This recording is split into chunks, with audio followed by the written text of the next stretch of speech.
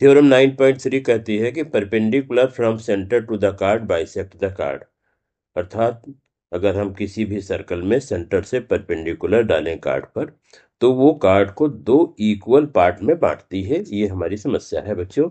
तो बहुत इजी है, देखते हैं, हम इसको प्रूव करने की कोशिश करेंगे। प्रूव कर हमने में सक्षम रहे तो हम इसे यूज करेंगे अपने क्वेश्चंस में सॉल्व करने के लिए।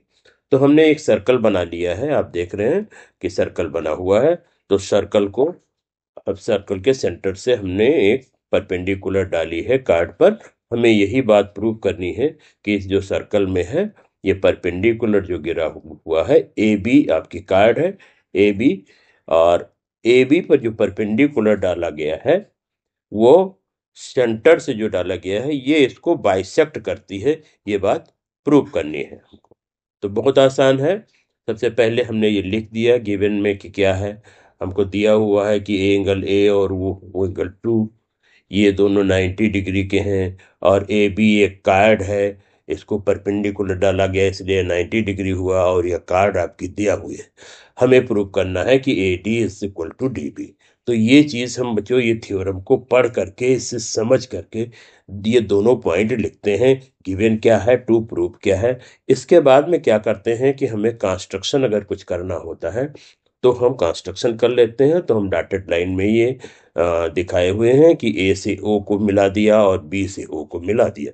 तो ये दोनों कंस्ट्रक्शन में हम लिख देंगे कि joining A to O and B to ओ।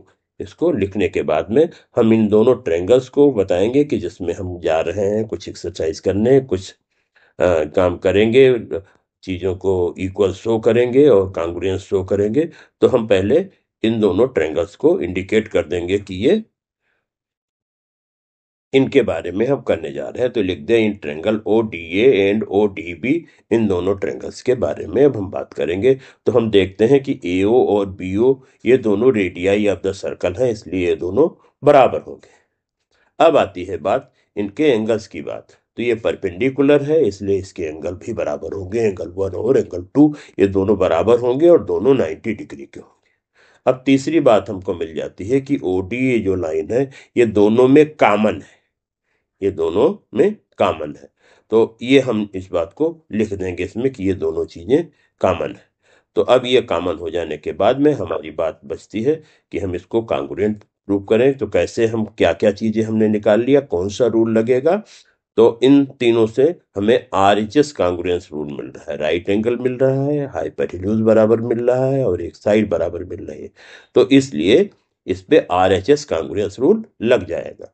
तो आर एच एस कांग्रुएंस रूल हम इस पे लगा देंगे। उनको आर एच एस रूल से देखा आपने कि ये कांग्रुएंट कर दिया। अब करस्पॉन्डिंग पार्ट जब कांग्रुएंट ट्रेंगल हो जाते हैं तो इनके करस्पॉन्डिंग पार्ट बराबर होते हैं। तो इस तरह से हम कह सकते हैं कि ए डी जो है वो बी डी के बराबर